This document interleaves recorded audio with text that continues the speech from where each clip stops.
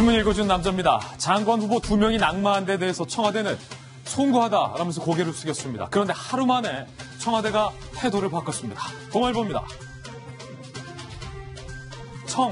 조국 조현옥 수석이 뭘 잘못했냐? 라고 오히려 되물었습니다. 뭘 그리 잘못했냐?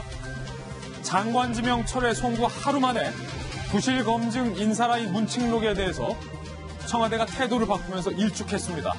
도대체 뭘 잘못했는지 모르겠다라는 거죠. 야당은 청와대에 대해서 이렇게 비판했습니다. 청와대의 인사 발굴과 검증 역량이 목불인견 수준이다. 풀이하자면 차마 눈을 뜨고 볼 수 없는 수준이다. 조남매, 조국, 조현옥, 조남매가 다 망쳐놓고 있는데 문 대통령은 조남매를 문책하는 것이 국민의 뜻을 따르는 일이라고 했다. 라고 야당 비판하고 있습니다. 잠시 후에 자세한 이야기 다뤄보겠습니다. 다음 신문입니다. 이번엔 경향신문입니다. 경향신문마저도 청와대에 대해서 이렇게 비판했습니다. 인사 참사에도 문제없다. 청와대가 거꾸로 가고 있다. 청와대의 현실 인식은 거꾸로 가고 있다. 과거로 가고 있다.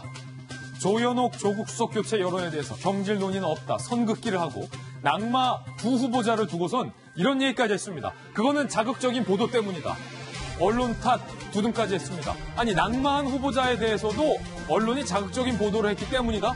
그럴 거면 뭐하러 임명 철회한 거냐라는 비판이 일고 있는 이야기입니다. 대통령은 계속해서 입을 다물고 있습니다. 함구하고 있고 여당은 엄격한 검증 큰 경험이다라고 이른바 쓱 넘어가려 한다라는 비판도 일고 있습니다. 다음 신문입니다. 이번엔 조선일보입니다. 어제 청와대에 청년 대표가 초청을 받았습니다. 청년의 사회적 기업을 하고 있는 한 청년 대표는 문재인 대통령 앞에서 사진에서 보이시는 것처럼 엉엉 펑펑 눈물을 쏟아냈습니다. 이유는 정권이 바뀌어도 달라진 게 없다는 거였습니다. 청년 정책에 대해서 아무도 들으려 하지 않는다. 이 청년의 눈물 속에 많은 의미가 담길 것 같습니다. 문재인 대통령은 이 청년이 우는 모습을 사진에서처럼 물끄러미 바라봤습니다. 잠시 후 오늘의 학교에서 이 이야기도 다뤄보겠습니다. 다음 신문입니다. 이번엔 중앙일보입니다.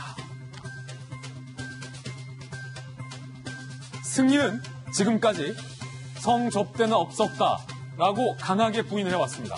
그런데 경찰 수사 결과 승리가 성접대한 것이 사실로 확인이 됐습니다. 해외 투자자들에게 성접대를 한 건 아니야라는 의혹이 제기됐던 그 단톡방 결국 사실로 드러난 겁니다. 그리고 승리와 유인석이 운영하던 술집 몽키 뮤지엄의 횡령도 경찰에 입건이 됐습니다. 성접대를 했을 뿐만 아니라 유인석과 수천만 원을 빼돌린 혐의를 승리를 받고 있는 겁니다. 윤 총경 본인도 빅뱅 티켓 3장을 받은 것으로 확인이 됐습니다. 성매매는 없었다라던 승리의 해명이 모두 거짓말이 되는 그 순간입니다. 경찰의 주장이 사실이라면 말입니다. 잠시 후 오늘의 학부에서 승리의 성매매 의혹 사실 확인 이 소식도 다뤄보겠습니다. 다음 신문입니다. 이번엔 한겨레신문입니다. 오세훈 전 시장이 창원 성산에서 고 노회찬 의원을 향해서 이렇게 발언해서 논란이 되고 있습니다. 돈 받고 목숨 끊은 분. 돈 받고 목숨 끊은 분. 노회찬 모욕 논란입니다. 정의당에서는 일배 수준의 막말이다라고 거세게 반발하고 있습니다. 이번 선거에서 과연 오세훈 전 시장의 이 노회찬 의원 모욕 발언이 어떤 영향을 미칠지 잠시 후에 이 이야기도 다뤄보겠습니다. 다음 신문입니다. 이번에 한국일보입니다. 김학의 수사단이 어제 대규모로 꾸려졌다라는 소식 전해드렸는데 이렇게 이야기했습니다. 키맨, 사건의 핵심인 연결고리라는 뜻이죠. 키맨인 윤중천의 의혹을 모두 살펴볼 것이다. 뇌물 입증에 종조준을 하겠다라고 밝혔습니다. 특히 이 윤중천 씨가 무려 20차례나 송사에 휘말렸는데 그리고 그 송사 때문에 수차례 수사를 받았는데 거의 다 무혐의로 빠져나왔다는 겁니다. 뇌물 접대 연관성이 핵심으로 보상되고 있습니다. 당시 무혐의의 수상한 점 발견 때는 검찰 스스로도 엮여 들어가는 상황입니다. 과연 이번 김학의 수사단이 검찰 스스로의 치부까지도 드러낼 수 있을지 모두가 눈여겨보고 있는 상황입니다. 지금까지 신문 읽어주는 남자였습니다.